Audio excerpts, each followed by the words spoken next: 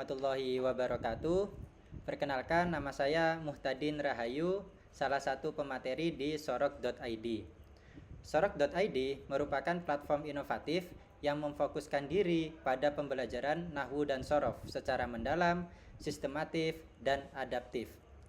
Dengan mengusung semangat sorokan era scroll, kami menghadirkan kembali metode klasik pesantren dalam bentuk yang lebih relevan dan modern.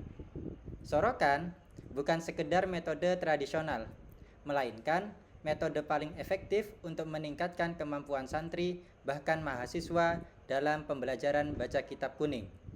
Misi kami adalah menyederhanakan gramatikal Arab agar mudah dipahami oleh santri, mahasiswa, bahkan orang awam sekaligus tanpa menghilangkan nilai-nilai dan tradisi kepesantrenan yang kami miliki. Mulai pengenalan awal tentang bahasa Arab sebelum kita buka kitab kuning. Kalau kamu bisa bahasa Indonesia, maka kamu punya 40% modal untuk bisa baca kitab. Kenapa demikian? Karena dalam bahasa Indonesia ada istilah kalimat, maka dalam bahasa Arab itu istilahnya kalam.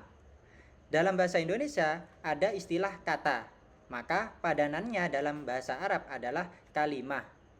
Juga dalam bahasa Indonesia ada istilah suku kata. Kalau dalam bahasa Arab istilahnya beda. Fa fi'il, ain fi'il, lam fi'il. Mari kita bedah satu persatu. Pembedahan pertama kita kenalan sama yang namanya kalam. Kalam itu adalah susunan kalimat yang memberikan informasi. Berarti ada dua hal, harus tersusun dan juga harus memberikan sebuah informasi. Seperti halnya kalimat dalam bahasa Indonesia. Cuman bedanya itu susunan kata. Kalau kalam dalam bahasa Arab itu susunan kalimah. Maka contoh kalam adalah ana jalisun. Artinya saya duduk. Ini sudah dikatakan kalam karena pertama dia tersusun dari dua kalimat dan juga dia telah memberikan sebuah informasi bahwa saya duduk. Berarti karena kalam itu susunan dari kalimat, kita butuh tahu apa itu kalimat. Kalimat dalam bahasa Arab adalah komponen pembentuk kalam. Posisinya seperti kata dalam bahasa Indonesia merupakan komponen pembentuk kalimat.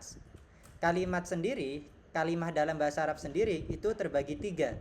Ada isim kata benda, seperti contoh buku, fi'il kata kerja seperti contoh membaca, huruf kata penghubung seperti contoh di.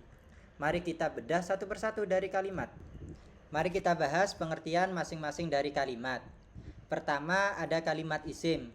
Mudahnya itu adalah kata benda atau kata sifat dan pasti tidak terikat oleh waktu.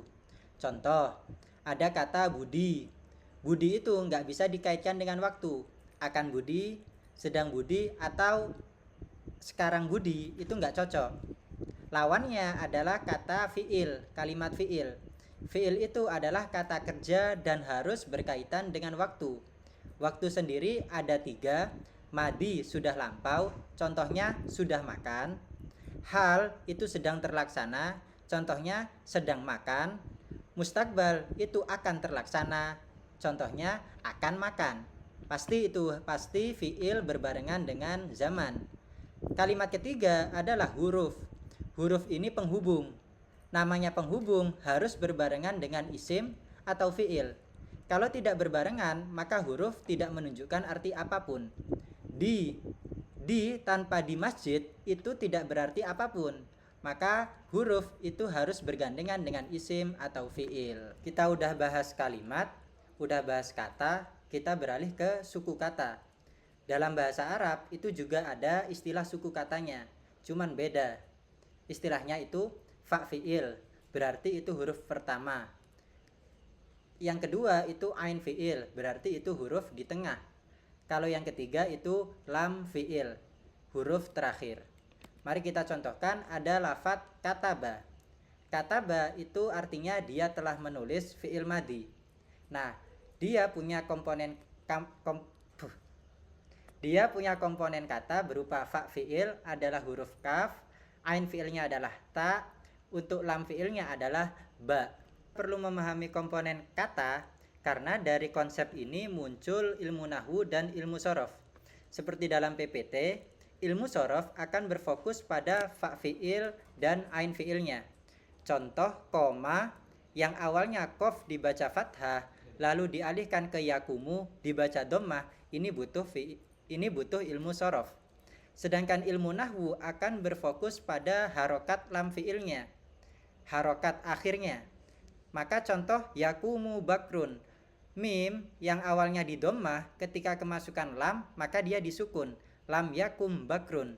Ini merupakan fokus dari ilmu nahwu. Zila ala timamikum, ingat ngaji kudu hatam dan ini masih pengenalan.